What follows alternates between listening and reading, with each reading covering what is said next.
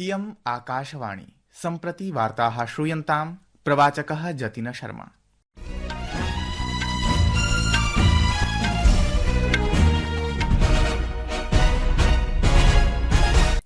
आदौ मुख्यवार्ताः। प्रधानमन्त्रिणा नरेन्द्रमोदिना 10 राज्येषु 2 केन्द्रशासितप्रदेशयोः च स्वामित्वयोजनायाः अन्तर्गतं 65 लक्षाधिकं सम्पत्तिपत्राणि वितरितानि। इयं योजना भूमिप्रबन्धने ग्रामीणसमुदायानां शक्तीकरणाय महत्वपूर्णा अस्तीति प्रधानमन्त्री अवोचत्।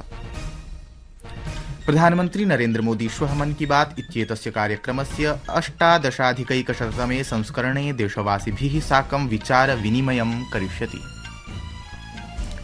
70 सदस्यात्मिकायाः दिल्ली विधानसभायाः निर्वाचनार्थम् आहत्य 21,500 नामाङ्कनानि पञ्जीकृतानि।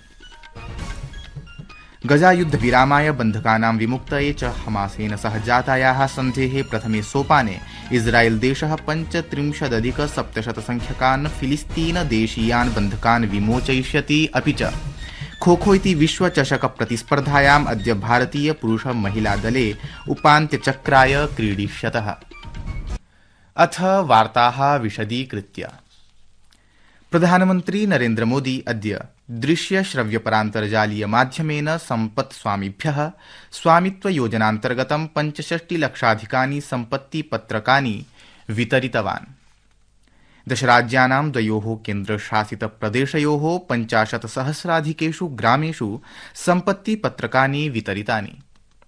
अवसरेऽस्मिन् प्रधानमन्त्रिणा प्रोक्तं यत् ग्रामीण अर्थव्यवस्थायै इदम् ऐतिहासिकं दिनं वर्तते। तेनोदीरितं यत् स्वामित्वयोजनायाः क्रियान्वयनानन्तरं विगतेषु 25 लक्षाधिक 2 कोट्यधिकानि सम्पत्तिपत्राणि निस्सारितानि सन्ति। एक आकलन है कि सभी गांवों में प्रॉपर्टी कार्ड बनने के बाद 100 लाख करोड़ रुपए से ज्यादा की आर्थिक गतिविधि का रास्ता खुल जाएगा। लाभार्थिभिः सह संवादक्रमे श्रीमोदिना प्रोक्तं यत् सम्पत्तेः प्रलेखपत्राणामभावः विशिष्ट समस्या वर्तते। एताः समस्याः विवादास्पदाः भवितुमर्हन्ति। तेनोदीरितं यत् सम्पत्तेः उचितप्रलेखपत्रैः वित्तालयेषु ऋणप्राप्तौ सरलता भविष्यति। सहैव तेन कथितं यत् सम्पत्तेः प्रलेखपत्राणि देशे 100,00,000,000 आर्थिकक्षमताम् उद्घाटयिष्यन्ति।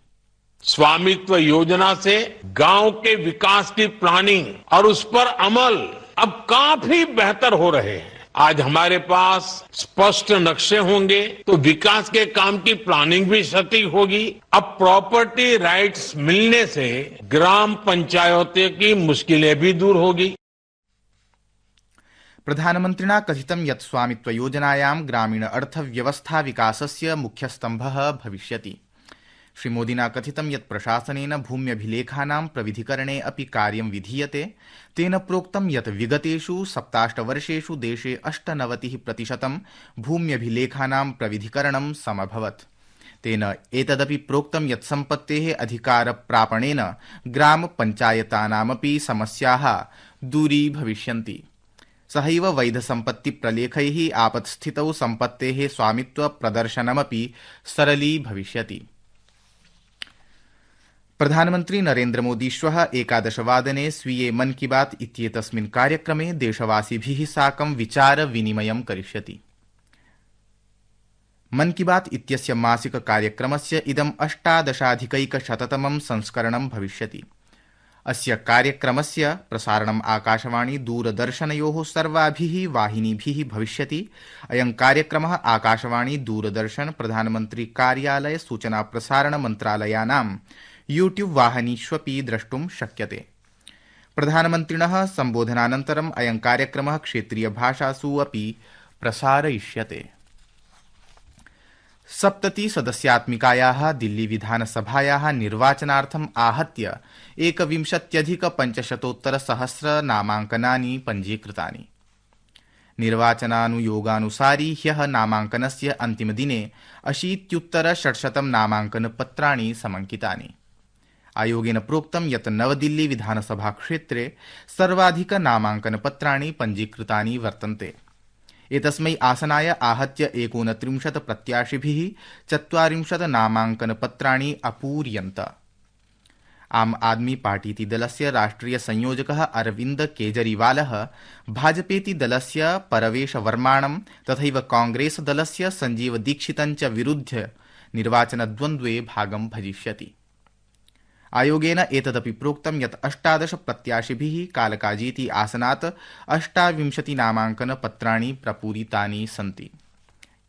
यतः वर्तमान मुख्यमन्त्री आतिशी भाजपायाः रमेश विधुड़ी कांग्रेसस्य अलवा लाम्बा इत्येतञ्च निर्वाचनद्वन्द्वे सम्मुखीकरिष्यति। नामाङ्कनपत्राणाम् अनुसन्धेयकार्यं जायमानमस्ति। नामाङ्कन प्रत्यावर्तनस्य अन्तिमतिथिः अस्य मासस्य 20 दिनाङ्कं यावत् वर्तते। सम्प्रति श्रूयन्तां कुम्भसम्बद्धाः वार्ताः प्रवाचिकया निधिना सह।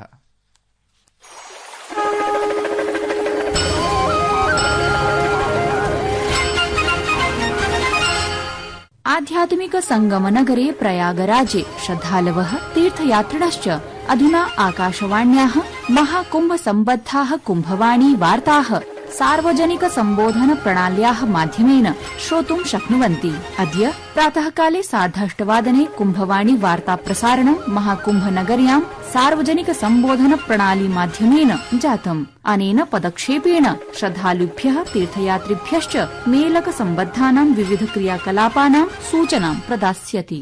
10 निमेषात्मिकीयाः इयं कुम्भवाणी वार्ताः प्रातःकाले 8:30 मध्याह्ने 2:30 अपरत्र सायंकाले 8:30 प्रसार्यन्ते। अस्याः कुम्भवाणी नामाख्यायाः वाहिन्याः शुभारम्भः अस्य मासस्य 10 दिनाङ्के प्रयागराजे उत्तरप्रदेशस्य मुख्यमन्त्रिणा योगी आदित्यनाथेन केन्द्रीय सूचना प्रसारण राज्यमन्त्रिणा डॉ एल मुरुगन इत्यनेन च कृतः। महाकुम्भाय समर्पिता इयं कुम्भवाणी फरवरी मासस्य 26 दिनाङ्कं यावत् प्रचलिष्यति। अत्रावधौ उत्तरप्रदेशस्थे तीर्थराजे प्रयागराजे प्रचल्यमाने दिव्यानुष्ठाने महाकुम्भे बृहत्तमायां संख्यायां श्रद्धालवः समायान्ति। अपि च त्रिवेणी संगमे पवित्रावगाहनं कुर्वन्ति इति। शुभावसरेऽस्मिन् रक्षामन्त्री राजनाथ सिंहः अपि संगमे पुण्यावगाहनं समाचरितवान्। पवित्र स्नानानन्तरं कृतार्थः अनुभूयते मया इत्यपि सः उक्तवान्। अग्रे च कथितवान् यत् इदं हि खलु भारतीय सांस्कृतिक सनातन धर्मस्य आध्यात्मिक अनुभूतेः च पवित्र पर्व विद्यते इति।